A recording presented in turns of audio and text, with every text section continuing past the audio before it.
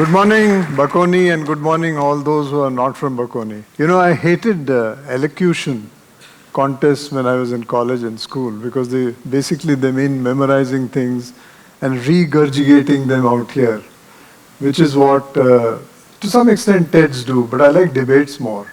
So you'll excuse me if I use some cheat sheets, and I'm just normal, in terms of talking. Sometimes make something that makes sense to you, sometimes something that's going to make you snore. I hope not. So let me begin by introducing you to a person called Stanislav Petrov. Stanislav Petrov was a commander of a missile station in Russia. And one day, while he was in charge of the missile station, a report came up to him from his subordinates or his team members that they can see some sort of a unusual light in the sky, which looks like the tail of missiles. And they said, it looks like Russia is being invaded by the United States.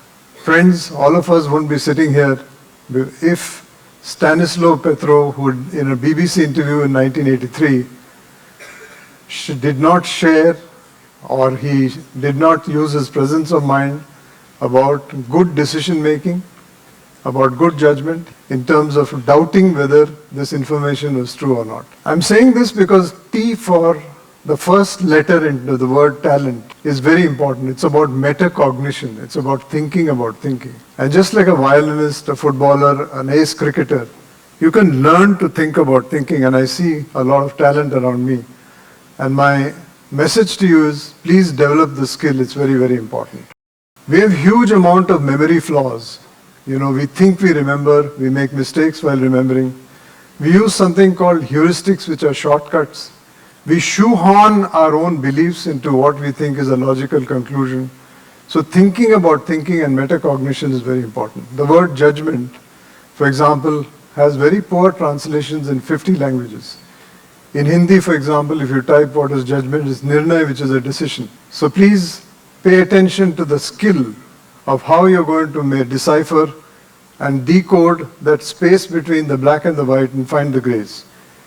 We have about 2.5 kgs of nice gray jelly between our ears, which can be developed all the time in our life. And therefore, this skill of questioning, this skill of scientific skepticism, this skill of not falling for correlations and knowing the difference between causation and correlation. For example, if you see some of the summer symptoms of sunburn, there's a lot of ice cream also eaten in summer.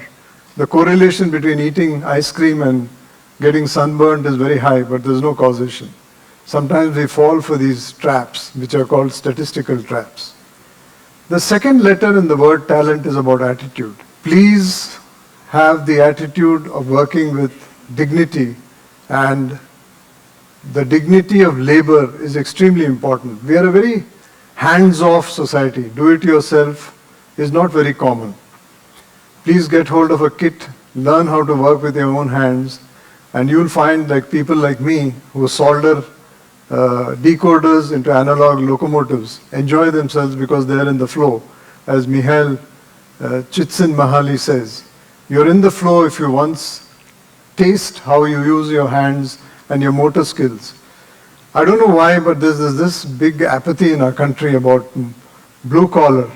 Please spread the word that blue collar is extremely important for advancing India's progress and your own progress. So an attitude is very important. A positive attitude is very important. L. I never knew for my life that a polar bear's skin is black. Can you believe it? A polar bear's skin is black. Keep learning. Keep getting surprised. Be curious. Try to get into recommendatory platforms. Get into platforms that will teach you new things. Never stop learning. So maybe about a month back or a little less than a month, I heard a lady who had gone to Antarctica for an expedition. And she said that the fur of a polar bear helps it to absorb the heat because there's very little heat there. And it's vast expanses of snow. If you heard about the tundra, it's vast expanses of snow. And the polar bear can survive only if it absorbs the heat. So keep learning, and I keep learning at my age too. So never stop learning when you step out into the world. EQ. EQ is very, very important because it teaches you about how to learn. It teaches you about how to learn from others, respect others, and to work with others. It teaches you about teamwork. It teaches you about how to get along with people. It teaches you about something called social intelligence, about when to withdraw from WhatsApp groups where somebody is being nasty, or meetings where somebody is being a bit mischievous, or when you need to communicate something with a certain amount of impact.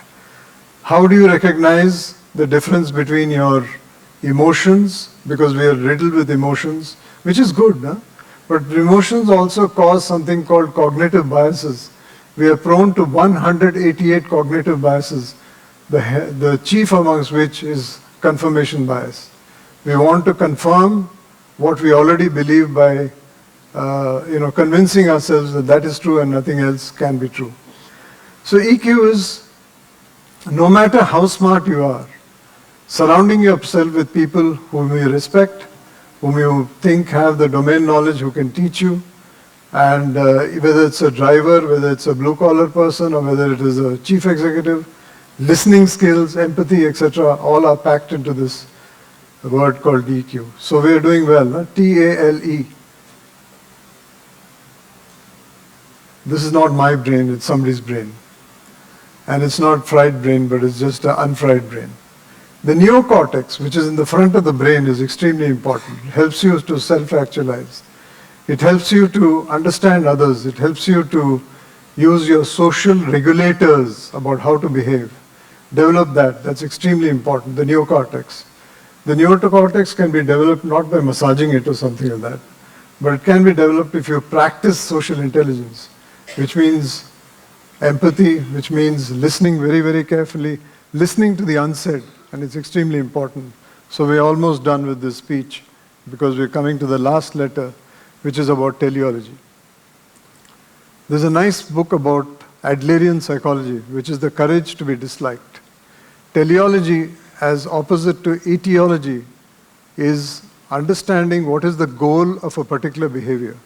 What is the goal of where you want to go, what you want to do, and so on. Etiology is the source of it. Teleology is extremely important because it tells you about purpose in life.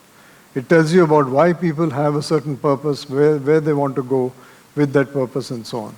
So all the very best, my friends, and thank you very much for listening.